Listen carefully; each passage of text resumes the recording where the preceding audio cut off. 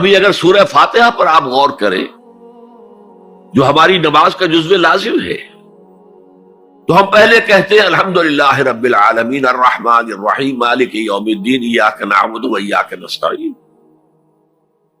یہ ہدایت تو ہمیں پہلے ہی ملی ہوئی ہے. پھر جو ہم کہتے ہیں اہدنا الصراط المستقیم، اللہ کو ہم نے پہچان لیا، اسے رب العالمین مان لیا، اسے رحمان مان لیا، اسے رحیم مان لیا، اسے روز جزا کا حاکم مطلق مان لیا،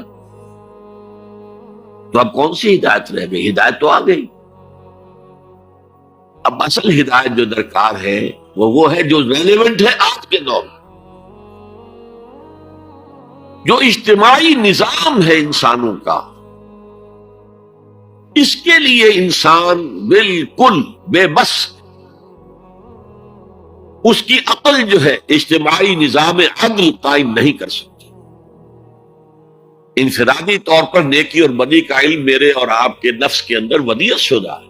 وَنَفْسٍ وَمَا سَوَّاهَا فَأَلْهَمَهَا فُجُورَهَا وَتَقْوَاهَا، یہ موجود ہے. لیکن یہ کہ معاشرتی نظام میں عورت اور مرد کے درمیان کیا توازن ہو، ان کے حقوق و فرائض کا توازن. دنیا میں کیا ہوتا رہا ہے اور ہو رہا ہے آج بھی، یا عورت جوتی کی نوک کے برابر ہے، کوئی اس کی حیثیت نہیں، بھیڑ بکری کی طرح ملکیت ہے، اس کے کوئی حقوق نہیں. اور یا عورت کلوپیٹرا بن کر پورے ملک کی قسمت کا بیڑا غرق کرتی ہے،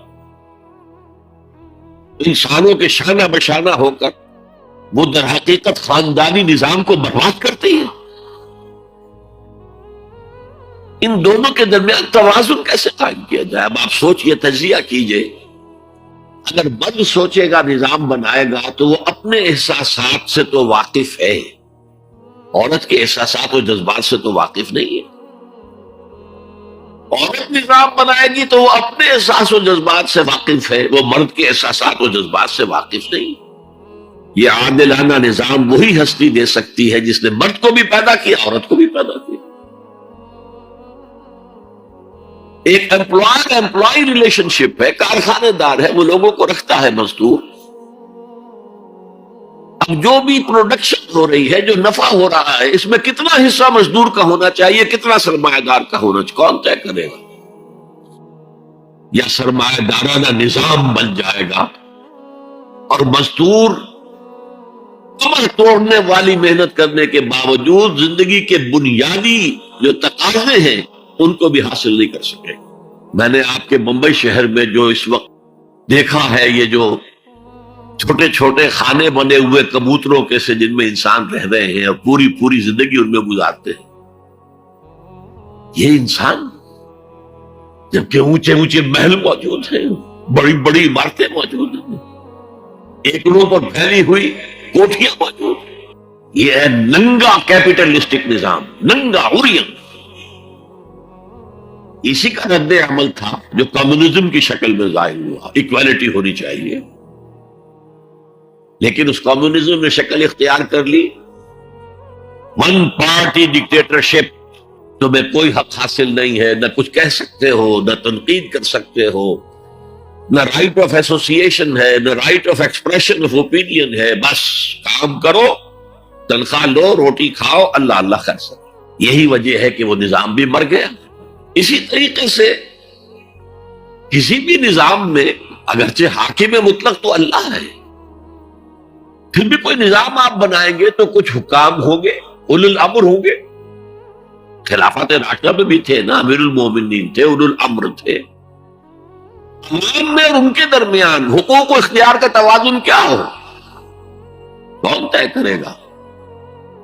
اولو الامر تو چاہیں گے سارے اختیارات ہمارے پاس ہوں، ٹوٹلیٹیرین سٹیٹ قائم ہو جائے گی. عوام چاہیں گے ہمارے پاس ہو اور ہمیں اتنی آزادی ہو کہ مادر پدر آزاد ہو جائے، جو چاہے کرے. ہومو سیکشول ہو جائے، ہومو سیکشول میرجز کرے، ہمیں کوئی روکنے والا نہ ہو. تو میں نے آپ کو بتایا اجتماعی نظام کے یہ 3 گوشے ہیں: معاشرتی نظام، معاشی نظام، سیاسی نظام. آج کے انسان کی اصل ضرورت یہ ہے،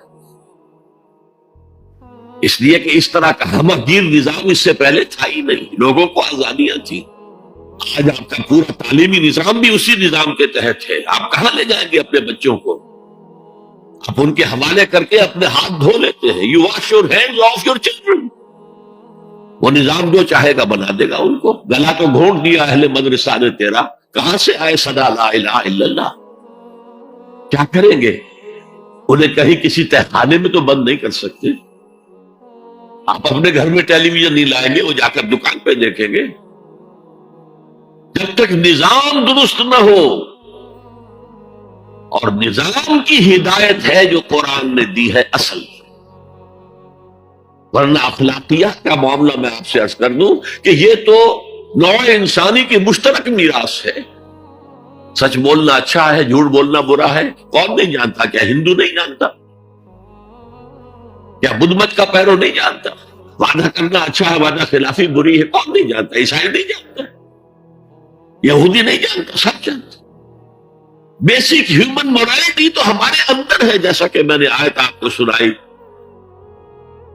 وَنَفْسٍ وَمَا سَوَّاهَا فَأَلْهَمَهَا فُجُورَهَا وَتَقْوَاهَا. انسان کا نفس جو اللہ نے پوری طرح تیار کر دیا، نوک پلک سوار دی، اور اس میں نیکی اور بدی کی تمیز ودیت کر دی. لہذا اصل ہدایت ہے آج جس کی ضرورت ہے وہ اجتماعی نظام.